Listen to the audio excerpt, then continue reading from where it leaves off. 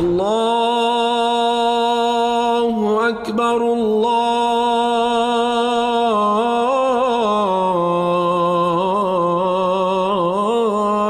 أكبر.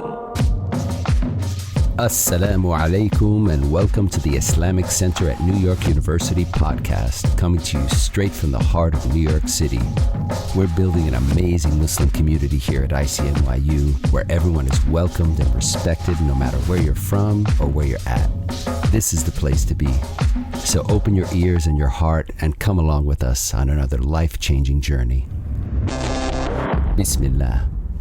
Assalamu alaikum wa rahmatullah. A'udhu billahi minash shaitanir rajim. Bismillahir rahmanir rahim. ربنا آتنا من لدنك رحمة وهيئ لنا من أمرنا رشدا ربنا اغفر لنا وارحمنا وأنت خير الراحمين رب اشرح لي صدري ويسر لي أمري واحلل عقدة من لساني يفقه قولي واجعل لي وزيرا من أهلي هارون أخي اشدد به أزري ويشرك في أمري كي نسبحك كثيرا ونذكرك كثيرا إنك كنت بنا بصيرا وصل اللهم على محمد وعلى آله وأصحابه وأتباعه وسلم ربنا اغفر لنا وارحمنا وأنت خير الراحمين آمين والحمد لله رب العالمين. Last week we studied this ayah, verse 16 in section 7 Araf, and in the ayah said قال, now Iblis is speaking now, answering back to Allah, God, who says فَبِمَا أَغْوَيْتَنِي لَأَقْعُدَنَّ لَهُمْ صِرَاطَكَ الْمُسْتَقِيمَ. And then Iblis said, because you have put me in the wrong, I will lie in ambush for them all, for human beings all, on your straight path. We talked about it. That is the way that we always accuse the Creator. That is my qadar. That is how it is. It happened. We deny our free will to choose. That this tendency in us. If we follow this tendency, we are on the path to follow Iblis. Otherwise, Iblis doesn't pull us back away from the straight path of God. But if God is telling us now, why the Qur'an speaks in this way? I think we mentioned this long ago. The way the Qur'an speaks is more palpable, so we can imagine the situation in a concrete sense. So visualizing it. This is a way of wonderful and successful literature. If we read these classical novels, we see that every idea or any morality or immorality are represented by some people's actions. But in fact, the people and their actions are just excuses to let the reader to imagine how, if I follow morality or immorality, it will be in real life, in my living experiences, real life. But of course, when they talk about this person did this, the other person, for example, responded back, reacted back in this way, their aim is to teach the ideas, the abstract notions, not say that this person did this. But this is how we really remember in our imagination. Imagining a picture of something or witnessing an event happening out there teaches you much better than if you read a paragraph in an abstract sense.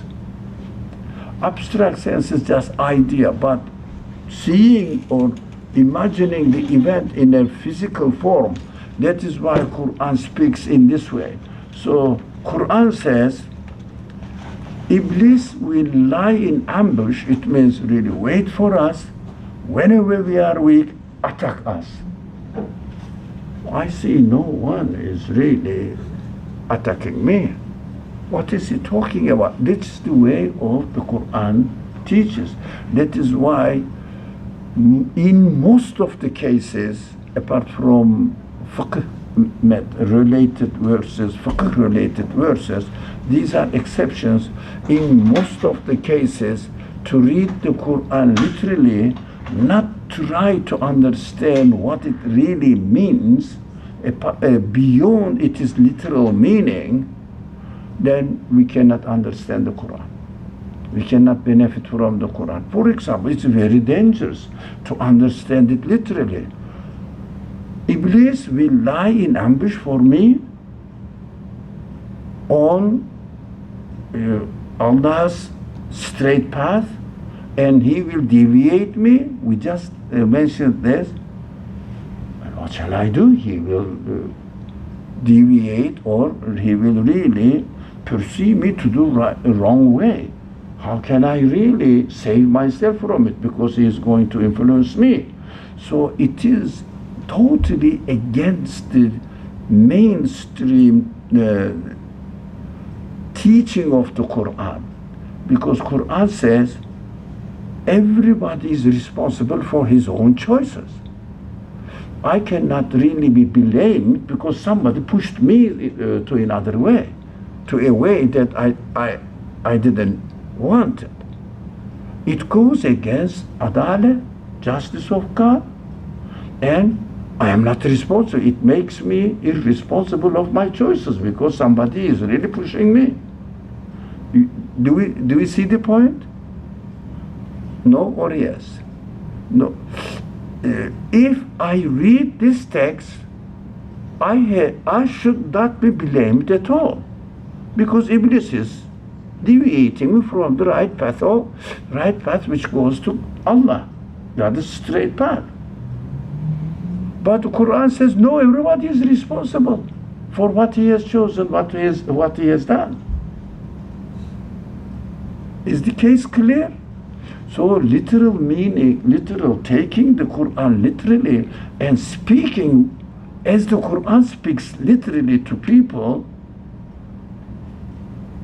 they will say, okay, we are not responsible. That is how I am, and that is how my Creator made me and put me in this position. Why does it talk that I am going to be rewarded for my good actions with paradise, and I am going to be punished for my bad actions, wrong actions, with hell? Why am I? Because I am not responsible. That is why we have to understand what it really means as he speaks, as the Quran speaks to me. Right? Is it clear? So I'm a bit allergic when some people start reading the Quran literally and speaks accordingly. But the Quran doesn't mean that. So let's go. We studied this subject, that's why. Now, بسم الله الرحمن الرحيم ثم لآتينهم من بين أيديهم ومن خلفهم وعن أيمانهم وعن شمائلهم ولا تجد أكثرهم شاكرين. So Iblis continues to speak now. I will approach them, it means I will approach you and me, from their front, from their back, their right, their left, and then you will find most of them ungrateful.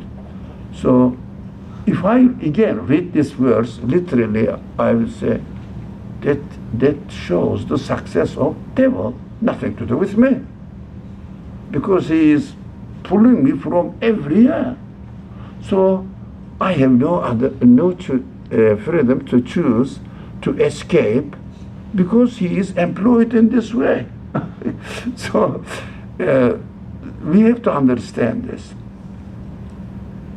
First of all, from every aspect. What does it mean, every aspect?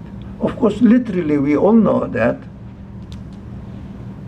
nobody is really coming and pushing us from front, from back, from right and left. Do you feel that? You are free. People are free. They can go and pray, or they may not pray. They may confirm that they have a creator, but they may deny that. They are free. We have to also appreciate that this freedom gives me the opportunity to make a free choice and take the responsibility of my choices. Otherwise, I am not responsible. It looks like I will not be responsible for my choices. So I have to think that, no, since there is nothing really pushing me, pulling me this way or that way, since I am free to choose, I make my choices freely. What does it mean then? What does the verse, the ayah, try to teach me? So every possibility, every way that I have my choices, I have to remember my right side. For example, let me say this. My aim, front. Let's start from front. Min bayne eydihim. What am I aiming at? I have two options. To be a successful worshipper of God, or to be successful in my worldly life, only not really taking into consideration the end of my life. I will have the best possible job. I will be successful. I will buy this. I will buy that, and that is how I am going to do. That is my purpose of life. That is an approach from front. But Qur'an says you have to, or my Creator says, I have to think of my future. What will happen to me when I die? Because this life doesn't seem to be a simple thing. This universe is not a simple matter. The creation is not simple. So I must have a purpose for my existence. The one who created me in the perfect context of the universe and gave me the huge capacity to communicate with the meanings, with the qualities manifested in the universe, it cannot be for nothing.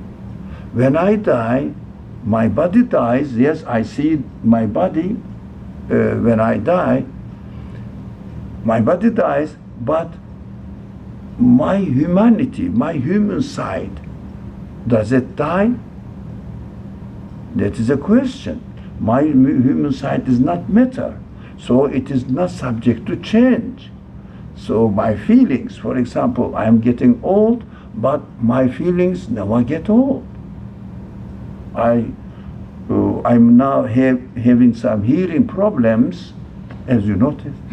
Yeah, hearing problems, but I want to go back to my youth, and I wish, still I wish, I want to hear as I was hearing when I was 20, 30 years old.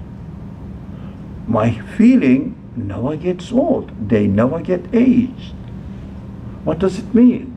My body is deteriorating, I understand, but my feelings never. They are alive as ever they have been.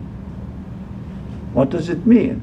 My body will, time will come, my body will not function, stop functioning, but does it really necessitate that my feelings will stop also functioning? It seems to be there is no sign. My feelings are not getting old and they are ever alive. So I understand I have to take notice of the purpose of my creation, and use my feelings accordingly and get ready. Front represents my future, isn't it? So which kind of projections, which kind of preparations I should have for my future? Well, I have to think. So there will be two options in front of me. One option is, as my feelings tell me, my spirit, my soul tells me and lets me realize that I have a creator. My life cannot be with no purpose. And I must prepare myself as my feelings require eternal happiness for the eternal happiness. What am I supposed to do now? And the other option is, I may just say, no, I don't care about my feelings. I don't care about anything after my death. I can only guarantee my life until I die and have a project for the future, for my life limited to the life of my body. So understand that everything must be prepared in order to satisfy my body, but not my desires of my spirit. What do you want? Do you want, I see a watch. Do you want a watch which will break in a week? How perfect your watch must work according to your desires. 1 week, 1 month, 1 year, enough? If possible, 10 years? If possible, forever. We want our wishes, our wills, our desires. We are created for satisfaction forever. Everything. Do you want a friend that will be loyal to you for a year and then betray you? Do you? Never, I don't. For 10 years and then betray you? Somebody is accompanying you and at the end will kill you.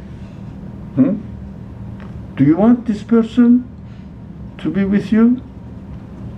What our feelings are telling us. We are created for eternal satisfaction. So we have to make the project according to the desires, according to the capacity of our feelings, not according to the capacity of our body. Our body changes, our body ages, but my feelings never age. So that is the option in front of us. Either we will aim to satisfy our body or to satisfy our feelings, our spirit. Is it clear? So this understanding must be drawn from this verse. There may be another way of understanding it, but we have to interpret it in any case. Otherwise, reading literally does not help.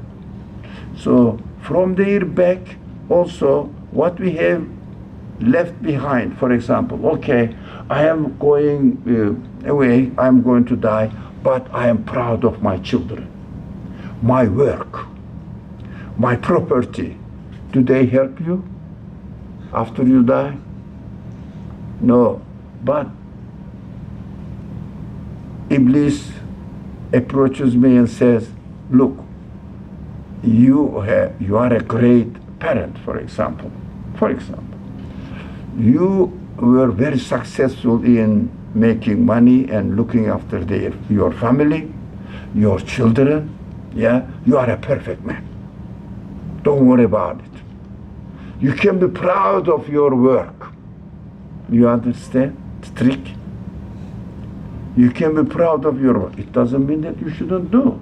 But rather than being proud of your work, what are we supposed to do? Be thankful that Allah gave me the opportunity to do this. Then again, we have two options in front of us as far as what we have left behind. From right, we may say, okay, I have done something right, good actions, I am proud, I never miss my prayer, yeah? And also, I do extra prayers, and maybe I did such and such good actions. I am proud of my actions, appropriated to myself, rather than thanking the Creator who gave me the opportunity to do it, rather than saying Alhamdulillah. So appropriating all the actions to ourselves rather than to our Creator, we learn that it will be the option of Iblis for us. And the left, I may say, oh, but that is one way of understanding it and relating to our life. This verse. When Iblis approaches us from left, I haven't prayed for many years. But Iblis says, yes, you didn't, but you know you have excuses. You have reason. Because you were busy to look after your family. You didn't have time. You were busy to take care of the needs of your body. You didn't have time. That is why you were really not praying. So don't worry about it. You are a good man. Find out excuses for our wrong actions, not to ask for forgiveness. Example. You can bring up many other examples. Does anything come to your mind? How are we going to relate this verse to our practical life? Anybody who has any other option of understanding it? As long as the interpretation, understanding goes along with the main teachings of the Qur'an, fundamental teachings of the Qur'an, doesn't contradict the fundamental teachings of the Qur'an, we can relate it to our life. As long as it doesn't contradict the foundational teachings of the Qur'an. We have to find out, it may mean this for me, and take the responsibility upon yourself rather than accusing Iblis. Because if we don't do that, then why we cannot understand why God allowed Iblis to do this? Can he not stop it? Could he not stop it? We can reason. We understand that there must be a wisdom in telling this to me rather than, Iblis is God's enemy and he was successful in this sense. He really made his way against God's will. We understand that God willed it in this way so that we will have options. So by choosing the right option, we will develop our human side. So we will recognize, by improving our feelings, our understandings, our consciousness, we will recognize what is right, what is wrong, and consciously make the choice of worshiping God and fulfilling the purpose of my life here. Because what else can we think of being the purpose of being in this world? Is there any other option? Apart from really acknowledging, educating myself, training myself, and acknowledging who my Creator is, having a relationship with my Creator in both senses. One is When I am given the opportunity to do something good, to be thankful to Him. When I fail, to ask Him for forgiveness, to ask Him to forgive me. That is what the relationship with me. Otherwise, anything else in this world, what we do is temporary. I don't understand how people can live in this world without relating themselves to their Creator and arranging their life accordingly. I am a created being, I have a Creator. What am I supposed to do now? So we are given the potentiality to know who my Creator is. For example, you can study His action. The universe is His action. So what He did here, what He is doing, the Creator of the universe is presenting to me so that I can understand which kind of Creator I have, which kind of qualities I have by examining and studying His work. Do we do that? Unfortunately, while we study the creation, the secular sciences never refer to the Creator. We have to understand that these things cannot happen by themselves, cannot come into existence by themselves. They need a Creator giving existence to them and continuously changing the existence and demonstrating new quality, new manifestations of His qualities in order to introduce Himself every moment anew. So our responsibility is to study His creation and find out His qualities manifested in the creation. I am given this ability.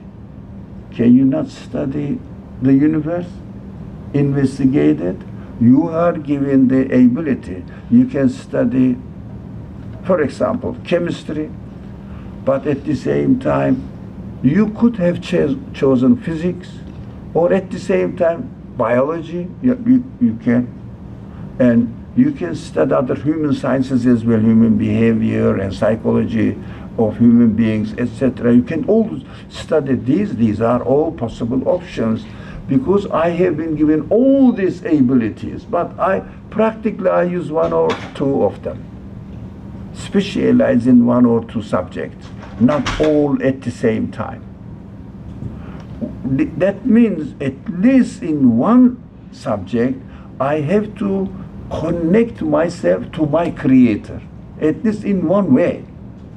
When I connect myself to my Creator, I have to get to know Him better and better and better in my specialized area. So any means, anything happens to you and to me. But the best example is food, isn't it? So when we eat something, we have to think, who created it? Yes, I bought it. Yes, I paid for it. But who created it? Why do you think He has created it? We have to ask these questions. Why do you think He has created it? Is there any purpose that He is going to make money or ask for a tax on it? Or He is creating it freely. It is created freely. Why do you think? Why do you think? We have to understand that He is just introducing Himself to me. His aim is just to make me feel secure that I have a Creator. I am being taken care of. I am given existence by this one who feeds me. He takes care of my needs. I have my Rabb, my Lord. who's taking care of me, so that I will have a relationship with him. So just saying that, okay, food is nice, I enjoyed it, thank you, the one who created it, and not continue. No, it is just an invitation to communicate, to interact with him, so that, yeah, somebody is taking care of me. Who is this? The one who created whatever I'm using. The one who created, for example, food, we said. The food that I'm eating and enjoying it and really loving it, why does he do that? So we understand that this is just an invitation. He invited invited me to get to know him, so I got to know him that yes, I have a creator. So what? I have to continue. Since I have a creator, what am I supposed to do then? Acknowledge that my creator is the one who gave me my feelings, my capacity to understand, my capacity to appreciate the beauty and perfection and taste of the food, for example, and my need and satisfaction of the need, this relationship. I have to make sense of it and continue from there. Don't stop there. Say Alhamdulillah, the Muslims say, that's good. We have to say Alhamdulillah, but so afterwards, what? Yeah? We have to continue in our connection with him. That is what we need to do in this world. Always develop our feelings, improve our feelings in order to get to know him better in many ways that God has already provided for us. Not only we are given food, we are given all sorts of needs. Breathing is there, all the things. For example, if anything goes wrong with your clothes, what do? You want it to be perfect. That is what we are always after perfection. How about my relationship with my Creator? Am I trying to make my relationship with my Creator in a perfect way so that I will fully employ my feelings in order to get to know him? Fully employ as much as possible. It must be my aim. Otherwise, just a temporary relationship saying that, okay, there is a school here, I am enrolled with the school, I am in the roster. Okay, that is the beginning. You are told that this is the school, you are a student here. I acknowledge that, yes, but afterwards, if I don't go and attend the classes, what does it mean? If I don't learn, what does it mean? Yes, I accepted that I am a student, and I believed in God, yeah, but did you attend the class? Class what? His classroom, the universe, where he is teaching himself. So anytime we are encountering with anything, I have to try to connect this event to him in order to get him in order to know him better, so that I will really identify my existence, my feelings, all my feelings as his blessings to me. Inshallah, we should. That was why this speech was why we cannot read this kind of verses in the Qur'an literally. Otherwise, we will contradict the purpose of the Qur'an himself. We have to interpret it as much as possible. Any comment, any question? I was thinking of... There was a comment on Instagram. It says similarly in the Jesus' teachings. So comment on? Instagram. Yes. Similarly in Jesus' teaching, they read it literally as well. So the person meant, excuse me, did the person mean, no, okay, you are reading, let me wait. Yeah, he said the same with the teachings of Jesus in the New Testament. Exactly. And not only New Testament, Old Testament too. But they may not really interpret, but although I know they interpreted, but still we have to interpret. Because if the original of the language is preserved and we have the original language of the Qur'an, so what we have to do, we have to try to understand and interpret it according to the main teachings of the text. It means the Qur'an in this case, not to contradict it. For example, God says, I created everything for a purpose, not as a toy. Okay? I cannot really interpret the Qur'an when it mentions about something, let's say about mentioning about what the very famous thing, camel. Okay, the Quran mentions about camel. Camel is a sacred animal because it is mentioned in the Quran.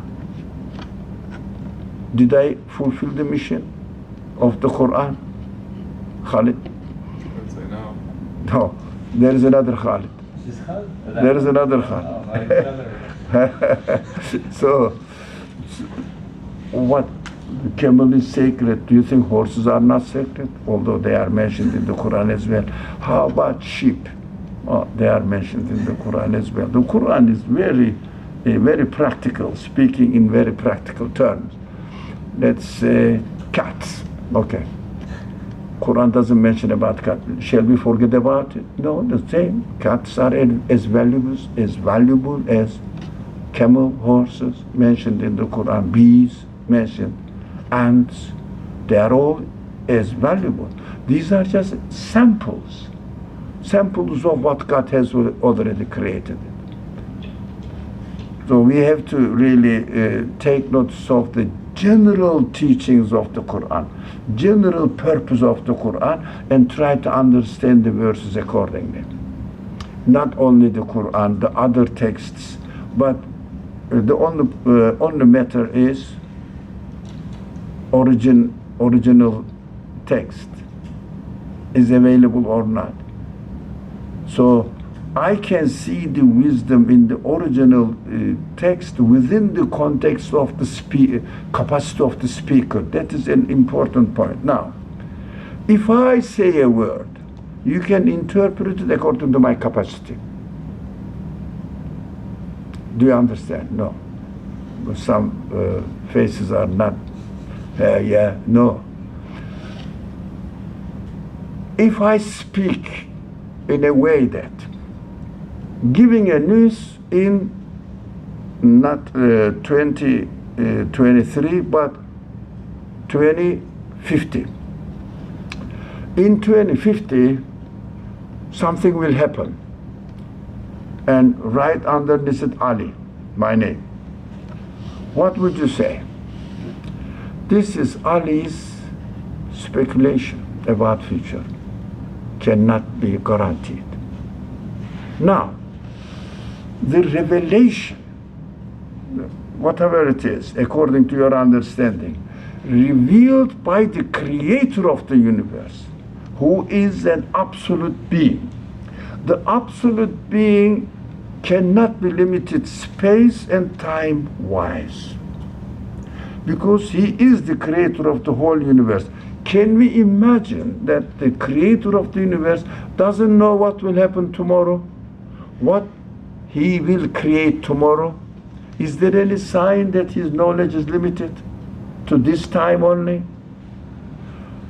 Absolute knowledge is needed to create even one ant, because creating the ant needs the knowledge how is it going to be fed, how it is going to live in this world, prepare the conditions of its life for future, how it is going to make its nest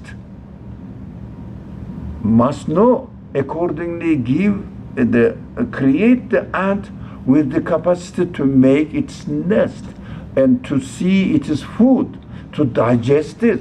So all future programs are already in the existing of the ant. Now, it means the creator must definitely know the future. So, and then creator speaks now. It's a simple and silly example.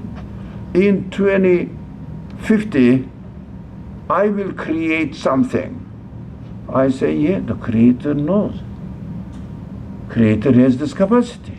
So interpret it according to the capacity of the speaker. But if a text has something in it,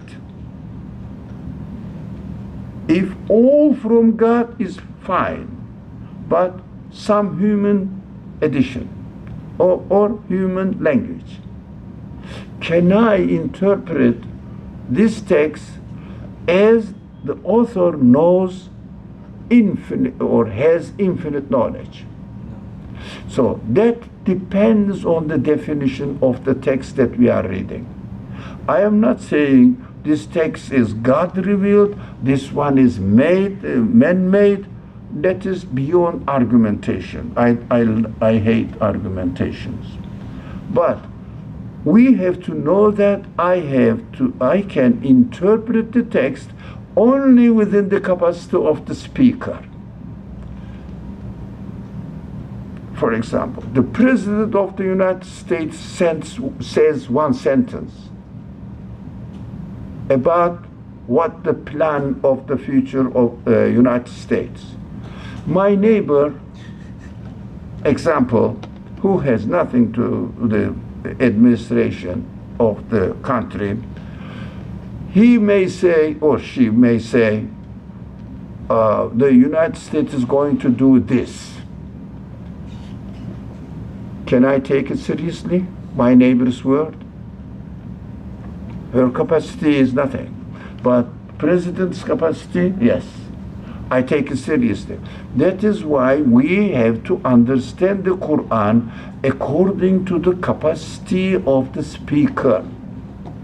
If I am convinced that the Qur'an can only be the speech of the one who created the universe, then I will understand I have to read the Qur'an within the capacity of its creator. If somebody is convinced about the capacity of the text, which necessitates that it must be said by the creator of the universe, absolute knowledge is there, interpret it accordingly. That is optional, of course. Whoever takes his way. Okay, God said, I'm passing by. Do you have any comment? Okay, God said, قال اخرج منها مذءوما مدحورا لمن تبعك منهم لأملأن جهنم منكم أجمعين. So very strong language. Come on, this. لمن تبعك منهم لأملأن. How many times there is an in English, in Arabic, ta'kid, emphasize. Lemon is emphasize. La emla'anna, la another emphasize. Emla'anna, double nun, is another emphasize. 3 times God is emphasizing the importance of this matter. Let's read this translation. God said, get out. Now Iblis is drawn away from God's presence. What does it mean? Anything told that the Iblis is going to do is nothing to do with God's purpose of creation. So God is teaching me now, be careful. If I say Iblis will do this, it means it is against the will of my creation. against the will that I created for what purpose. It is against. So get out. It means if I follow what Iblis represents for me, I will be away from God's presence. It means disconnected with my God. Do you understand? This is too difficult, too complicated. If I follow what Iblis represents in the Quran, I will be the subject of this language. Get out of my place. It means you are not acting according to my purpose of creation. You are disgraced and rejected. When we are not connected to God, when we are disconnected from God, we will find ourselves disgraced and rejected. Is it really true? This is what the text says. Is it really true? When you disconnect yourself, do you feel that you are disgraced and rejected from the Creator's presence? How? For example, if you say, I don't believe in God, what happens? If you say, God asked me to do this, but who cares? What happens? Yes? I think words don't matter here. Yeah. It's about how you live. And so Iblis sets a framework for a certain way of living and a certain way of making decisions. And if you follow that framework, you can even say you believe in God. Yeah, I but understand. you can still be following the example of Iblis. And you could say that you don't believe in God. And you might not feel it right away, but over the course of your lifetime, you'll make decisions with that mentality in mind, and that will cause you to live far away from God. Exactly. The word is the figure of speech. So it is not the language. For example, if you feel that you are not created by an absolute being, you are not created by the creator of the universe, the whole universe is a gift from a creator.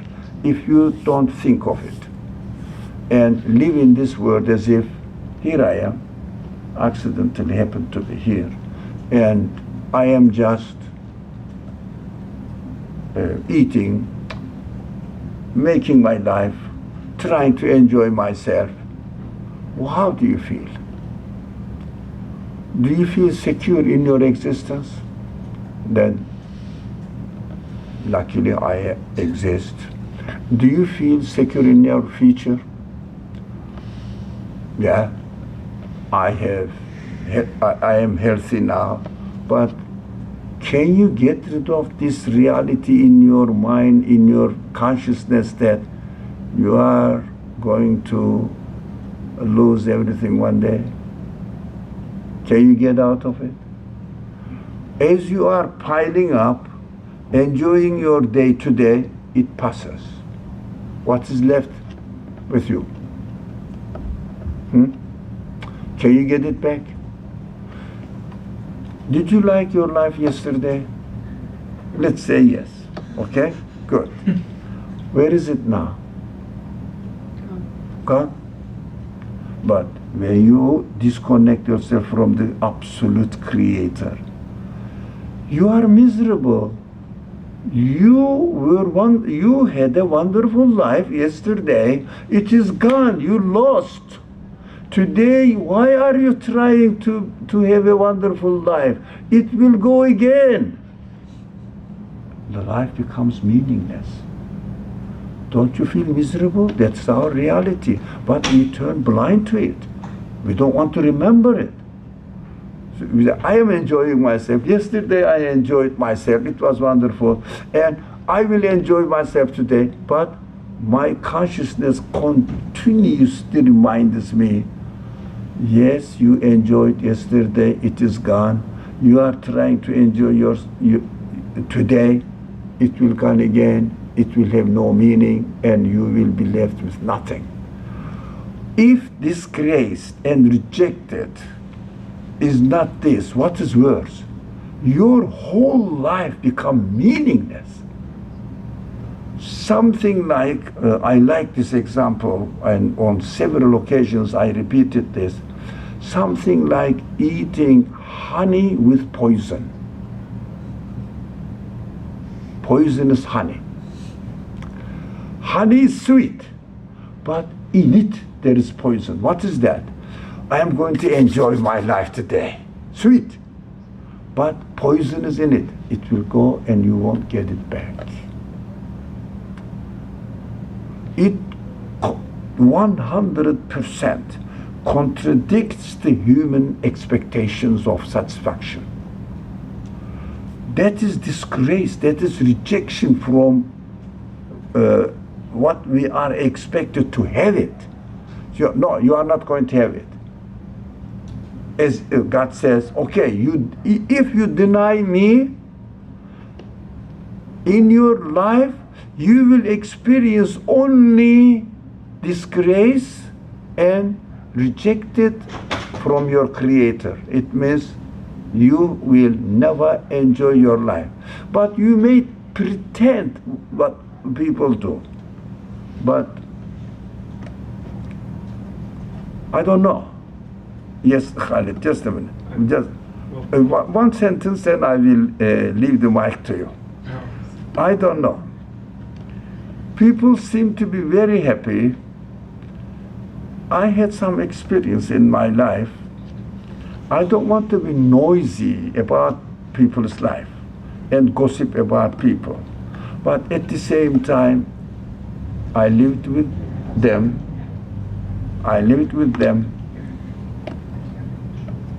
Their private life is horrible. They cannot enjoy. They have to drink. They have to do sort of crazy things, drug addictions. At night, they suffer.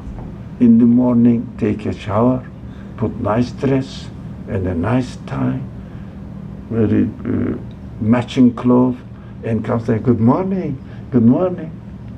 At night, he was really suffering. Why? At night, it is time to think what I have done, what I have gained, and what is left with me. Yes, I have money. And consciousness says, shh, everything you will have will be lost. You will lose when you are gone. Which kind of pleasure you can take from it? Yes, Khalid, it is obvious, isn't it? So this verse is saying, Iblis get out. It means when we follow the way represented by Iblis, we will be out from enjoying God's presence in our life. Yes, Khalid. I was going to say, I didn't start practicing until I was 26. And so before that, I know the experience of the distance. And you wake up at like 2 o'clock in the morning or 3 o'clock in the morning, and you ask yourself, what was the point? And I find when I speak to a lot of atheists and people who are agnostic and people who don't have any close relationship with God, even if they claim to be religious, they all ask that question at 2 in the morning, right? What was the point? And it's not just what was the point of the good things, it's also what was the point of the painful things. Like, why did I have to go through that? I don't know. It's a miserable way to live. So in your life, did you really experience that, oh, this verse is not exaggerating? No, it's kind of like a hell on earth before you taste the real one. That's human reality, isn't it? Yeah, it is. So we understand that our Creator is speaking to us. He knows me. Yes? So you might be conscious of the reality that this is horrible at the end of the night. If you are following the true path, basically, like you know God and you know yourself doing either good or bad things, but you might not follow God and might not do the right things. Would you still feel that pain, or would you recognize, how would you recognize this thing as? Let me give very good, very practical comment, very practical questions. Let's take a simple example, very simple example. You are a student in a school, and you know that you have to attend the class. You have to do your assignments. You are aware, and you are perfectly aware that you are a student, you have a responsibility, but you are not doing it. How do you feel? Not good. Miserable, isn't it? Contradiction within yourself. I should have, I shouldn't have. Lots of shouldn't thoughts. It goes against human nature. But at least you are aware that you are in school. So this disturbs you. This is a blessing. This feeling is a blessing if you accept that you are a student in the school of the universe, and the owner of the universe is providing you free classes. It is giving you the beautiful experience of any kind of wonderful creation. This is the class we have to take lesson from. At least you are acknowledging that you are a student, so that it disturbs you. This feeling of disturbance is a blessing. It's a warning from your Creator that something is going on wrong in your life, in my life. So we have to be thankful to the Creator for reminding me that what I have been doing is wrong. Those people may be in the school, but they don't think they are in the school. They just say that, okay, we happen to be here. These are the people who will not receive any reminder because they totally close their door. So the worst situation is their choice. So we have to be thankful at least that we are disturbed when we take the wrong option. We have to be thankful. Okay, so we will understand the following of the sentence now. I will certainly fill up hell with you and your followers all together. It means filling up hell with people. What does it mean? So what do you understand from hell? Now, after I die, I will be rewarded with paradise or punished with hell. That is after I die. But why do you think God is telling me now and asking me to believe that if you follow Iblis or Iblistic option, or the option represented by Iblis in the Qur'an, so we will be in hell. Now, we have to have this sign of hell in me so that I will say, yes, I felt this, I knew this. So when I die, this news must be true because I have already experienced it in my life. That's why God is telling me not only to threaten me, not only to let me know that after you die you will either go to paradise or hell according to your choices, but also asking me to reflect that this news is correct so that you can confirm it. This is how we practice in our feelings. When we follow Iblistic way, it means against our nature, against the way we are created for, contradicting our reality. When we have this option, when we choose this option, I understand that, for example, anytime, in the example of the school, anytime you don't attend the class, don't you feel that I lost this? Second class you missed, I lost this, the opportunity. I didn't learn, it is gone. So accumulated it, and then you understand that at the end, I will be graduated with no knowledge at all. So I will not deserve to get a degree. Don't you feel that any time gradually you miss the class? Don't you feel that? Isn't that real human experience? Clear? Is the example clear? Or do you look a bit puzzled? Did it not make sense to you?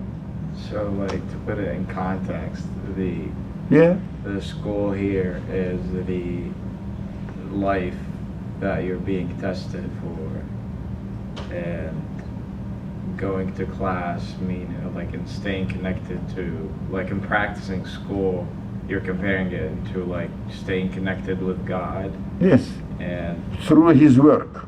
And thus you would be granted the good afterlife.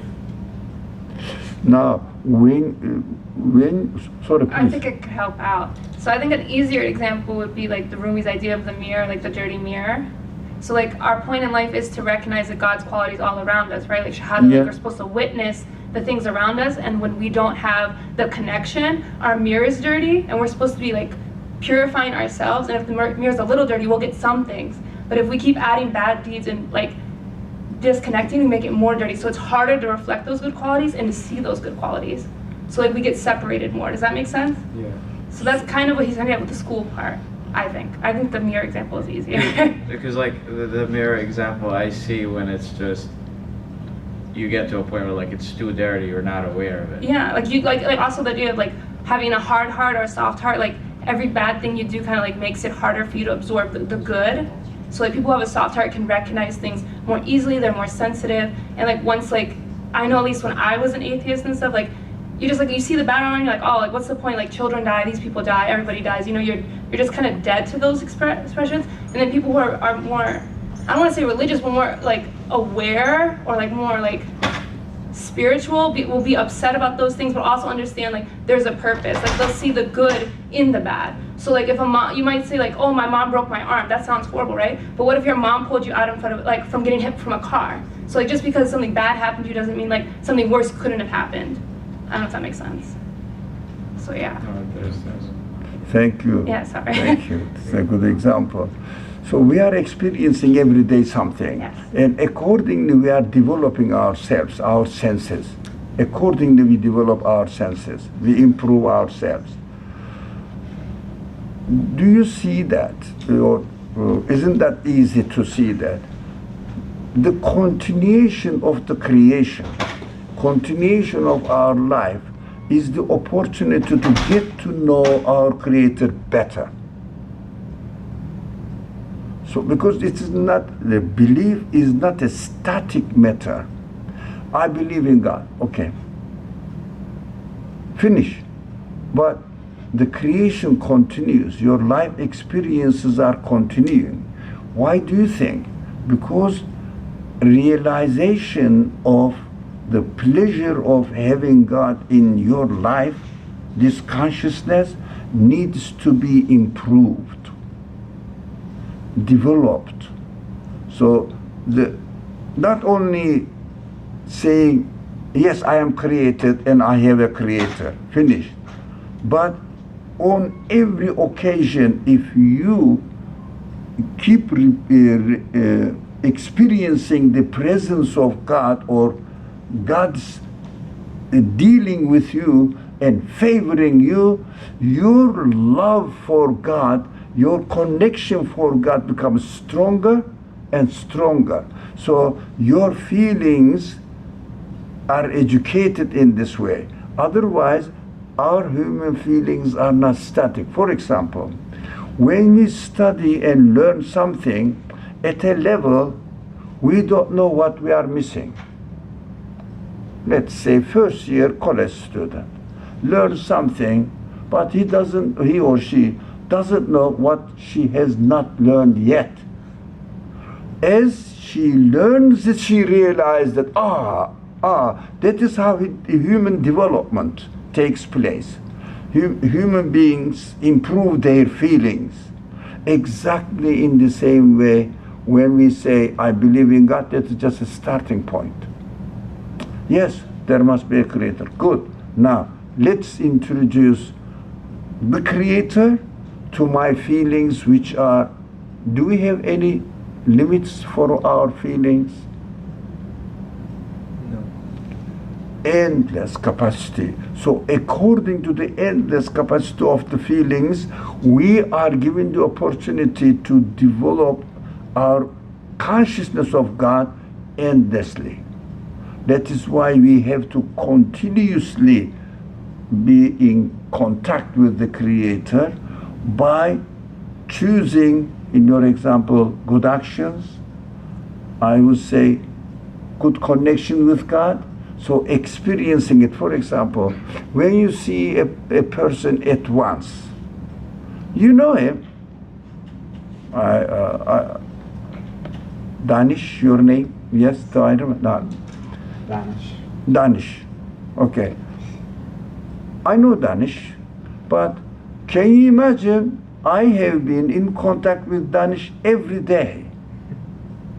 I know him better and better and better, and also at the end we become very close friends. But first time, hi Danish, my name is Danish, happy to see you, my name is Ali, finish. Do I really love being with Danish at this stage? I acknowledged you. You are a nice person as I saw you first time. But through the experience of life, my connection with Danish becomes so stronger. So I understand everything about Danish, and my connection with Danish and enjoyment being together with Danish becomes stronger. That is why belief needs to be improved by our consciousness, by our realization. Before, together with this comment, sister's comment. Some comments on Zoom as well. On Zoom. Where is it? You have to. I have to get out here. Okay, this one. Yeah. Zoom. No. Okay. Yeah, that one is. Let's see. There are some comments. All right. Thank you. Let's see. I cannot see what we are reading from. I think it was from the beginning or what? Yeah, that was in the beginning. Yeah, That was 610. Yeah, that was. Okay. So do I need to be seeing it? Okay. Feriha says, how do we satisfy the spirit here? That was also a long time. Sorry? That was also 620. Okay, this is a good question. How do we satisfy our feelings?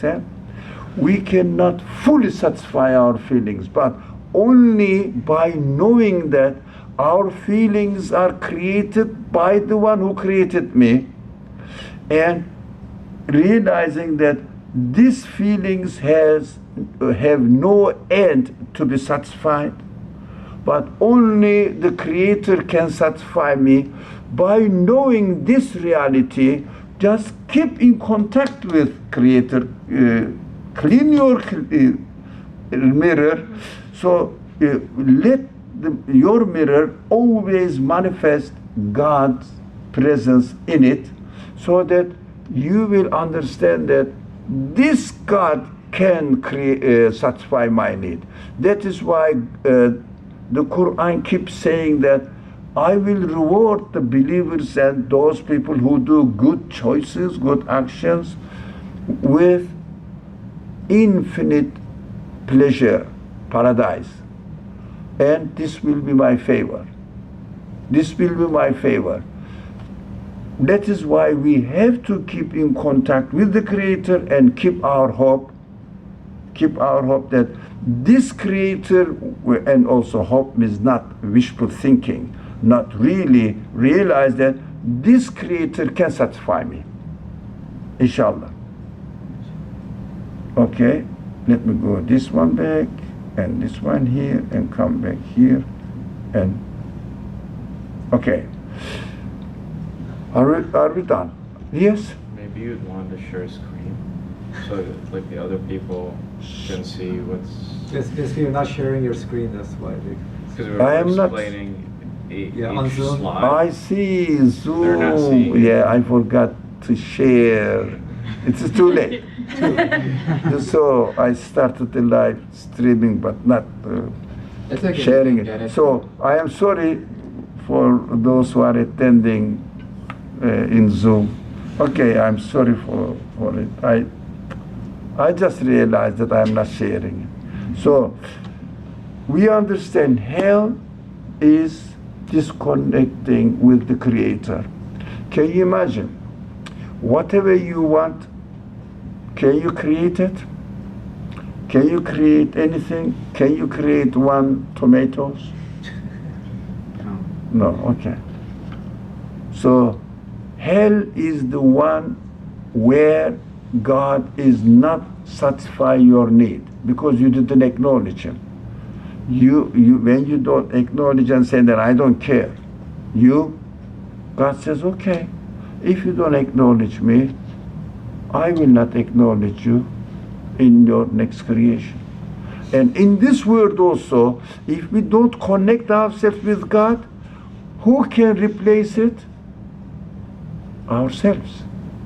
I will satisfy myself, although it is impossible.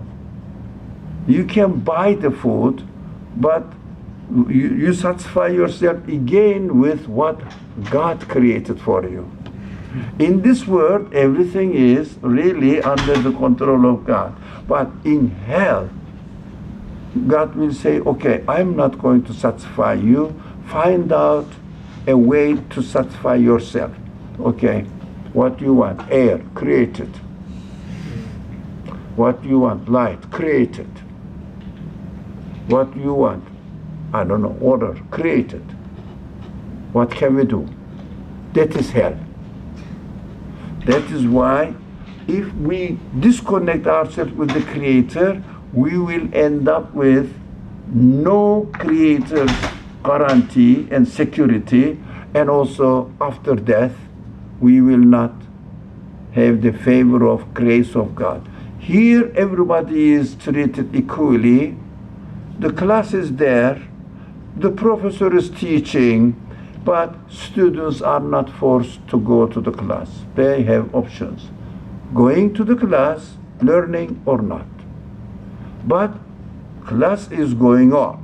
The universe is continuously teaching who my Creator is, how gracious and merciful He is, teaching me. And from time to time, He is just reminding me that if you do something wrong, you will understand that you cannot sustain your life. So hurricane happens. Oh, everybody is trembling. I cannot guarantee my life, eh? That is, I understood. That is another way of teaching again. Not necessarily punishing, teaching. To make myself that I cannot realize that I cannot guarantee my life. So I need experience. I need to experience this. That is sometimes, very rarely though, sometimes happens one in a 5-10 years period. Just one reminder. All the time, everywhere in the earth is comfortable, is it? Earth is not disturbing us. We don't realize that earth is really revolving very fast in many ways around itself, around the sun. We feel no discomfort at all, secure. But once in 20 years, a part of the earth shakes a little bit, arranged in this way. Yeah, the order of the universe arranged in this way just shakes a little bit. And some people are disturbed there. Everybody says, oh, Earth doesn't have to be as peaceful as we have been experiencing for 20 years. Can we stop it? No. So, God arranges everything according to teach me who I am, who He is. All this relationship and all this activity, and Iblis has set all these related events in order to understand human reality. But afterwards, I would like you to think of subjects that you wanted to study, maybe some verses of the Qur'an, maybe some questions, fundamental questions related to the verses of the Qur'an, so that we can relate them, study them together. But I would like you to come with suggestions. Think about it. We have some weeks to go, inshallah, but think about it, prepare yourself. When we finish this subject, we can continue, but what to do? I have something. If you don't come up with questions, don't worry, I have many subjects, many verses to study. Don't worry. They are so I'm very excited about studying the Quran. There is endless. So, one option. And also those people who followed, who watch the video later on or from other channels, they can write their questions and concerns, what they want, how to hold the class. I will be very happy. My name is, as announced on the website, Ali Mermer. So everybody knows if they are watching it with Ali Mermer. So my email address is very simple, alimermer@gmail.com. My name, Gmail. That's it. So please send it to me, and I will collect them and make all together. We will decide which way we will follow. All right? Inshallah, I will work. I prefer to work with you. Not only what I have in my mind, but you may have other options to offer. I am open to that. Bismillah ar-Rahman ar-Rahim. Subhanaka la ilma lana illa ma 'allamtana innaka antal alimul hakim. Wa akhiru da'wahum and alhamdulillahi rabbil alamin. Thank you for joining. I'm very happy to see you here. Inshallah, next time again, next week again, at 6 o'clock, we would like to meet again and continue studying these very human problems. Very human problems. Wassalamu alaikum wa rahmatullah. We hope you enjoyed our podcast. If you're inspired by the work that we're doing at the IC and want to help keep it going, subscribe to our podcasts, follow us on social media, donate to help support us at icnyu.org, and most importantly, keep us in your continued du'as. Until next time, inshallah. Assalamu alaikum.